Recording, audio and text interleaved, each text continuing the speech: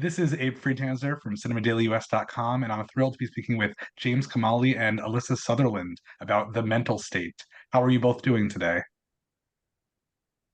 Hi, we're good. I'm good. I'm Hi. talking for James. I'm telling you, James. Hi. Yeah, I'm good as well. We're good. James, can you tell me about the origin of this film and how it came from this play?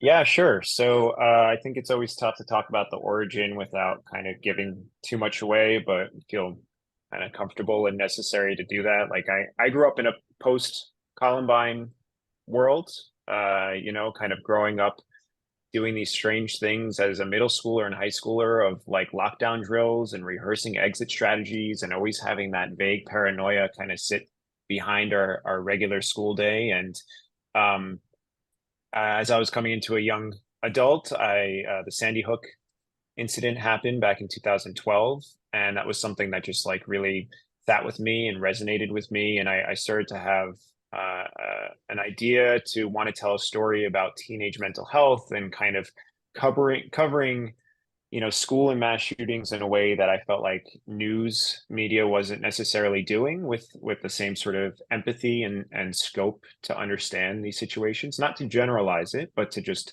bring a greater understanding. And then my girlfriend back then, who's now my wife, fantastic actress Remington Moses, who stars as the counselor in the film, I started to tell her of these sort of ideas, and she introduced me to Josh Adele, who is a former drama teacher who wrote the play, The Mental State. And I read it, I loved it. It just had so many of these social topics and themes and family dynamics I wanted to include. And then speaking with him, he really had the same heart and intention for this film, which was to kind of talk about the lack of resources and teenage mental health and to really start that and keep that communication going between people. And Alyssa, what spoke to you about the project? Uh, the character of Dana was fascinating to me. What she had recently been through with losing her brother, he took his life because his own mental health issues, and she's got a very close relationship with her nephew because of that, and his mother's a recovering alcoholic. There was just so much there to work with as an actress, the family dynamics of that and the relationships. That's what I look for when I'm looking for a project. And then also the subject matter. I hadn't really delved into anything dealing with mental health or characters of lower socioeconomic statuses, or anything to do with school shootings. So, all of that combined was why I wanted to play Dana. Your accent in real life is quite different from what it is in the film. Do you think that there's anything that's distinctly American about this story?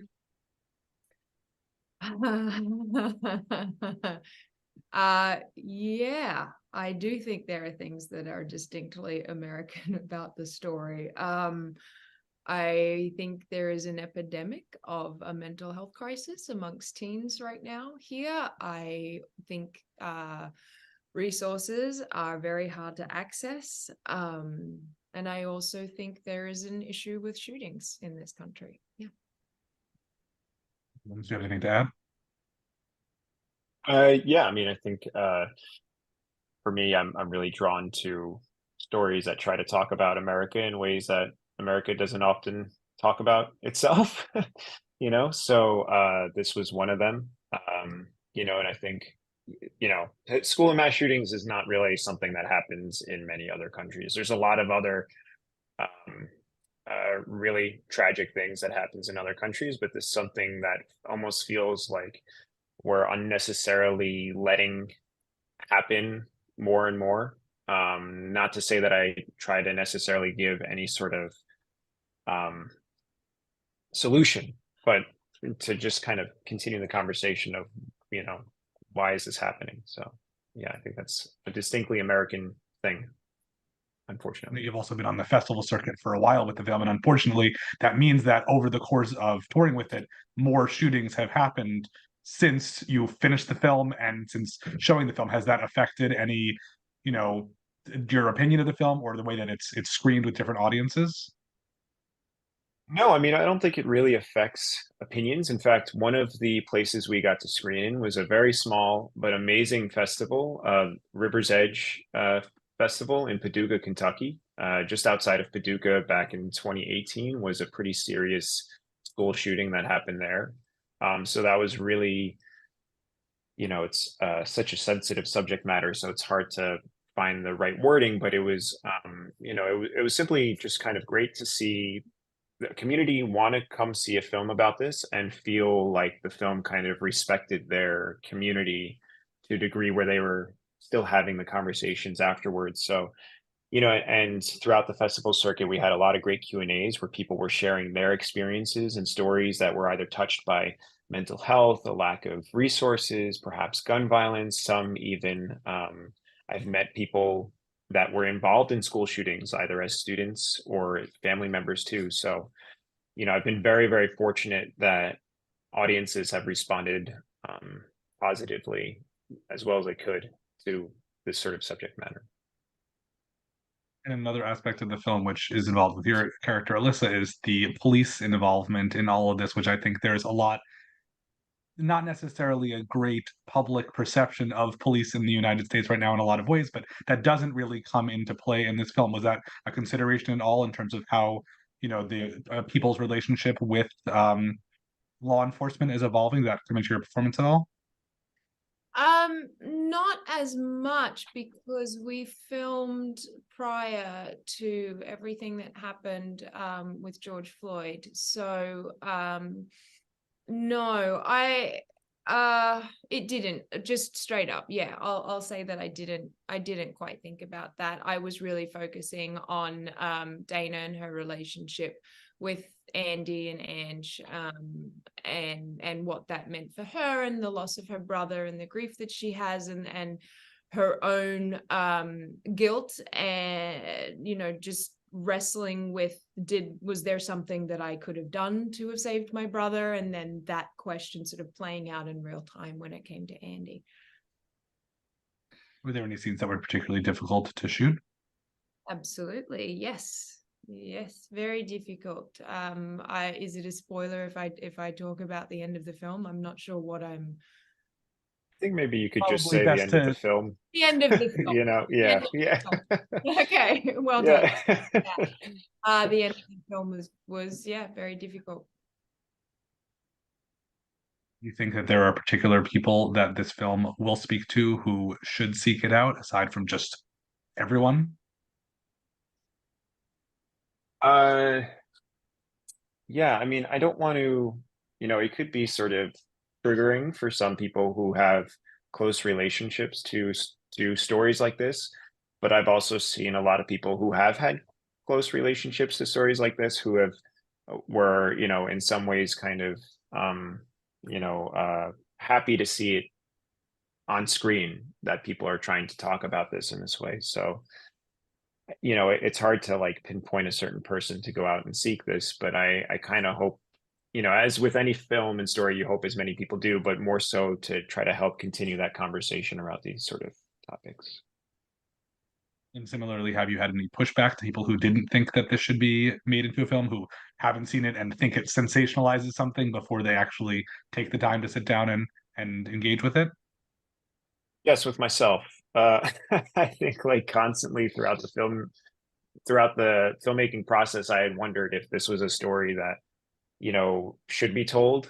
But it was just something that, was just burning in me. But I had a lot of like, internal conflicts with trying to tell this story because it really touches on topics that are really sensitive.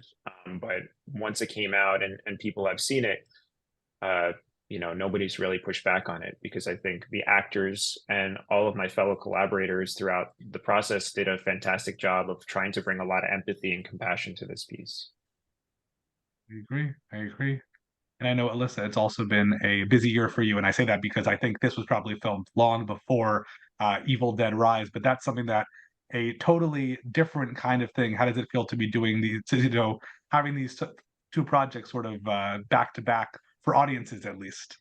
Yeah, they are very different. Yeah, and it's what I want for my career. I want variety and longevity and to tell stories for one reason or another that speak to me. And so I'm yeah, it's it's a fun year with stuff coming out. This is a real departure from Evil Dead Rise. Yeah. What do you both have coming up next? I just as a filmmaker kind of always have a lot of pots on the stove sort of thing. Writing a couple features right now. One's a horror that I hope to shoot sometime next year about influencers in the woods. I'll leave it there. Another one is about a grandmother in a nursing home, and then I was signed on to direct a project called Somebody Loved, which is from a really fantastic writer producer. It's a little bit about his life story of his struggle to come out to his very conservative, very conservative family in his late 20s, early 30s, and that coinciding with his mother's Alzheimer's diagnosis. So that's something we're still in the process of getting up and moving, but we got some great cast effect. But that's where we're at. What about you, Alyssa? I'm waiting for shoot dates for an Australian film. That is yet another departure from Evil Dead Rise in the mental state. I'm stepping into something that will be new and different for me, and I'm waiting to get some dates on the calendar for that one. Like you might also be a good candidate for that horror wood set horror one that James is working on too. I wanted to take a little break from horror for a second. Do a couple other things first. Yeah. Fair enough. Fair enough. Well, for more great conversations like this, you can subscribe to the Cinema Daily US YouTube channel. Make sure to check out The Mental State. Thank you both so much, and best of luck with this film. Thanks so much.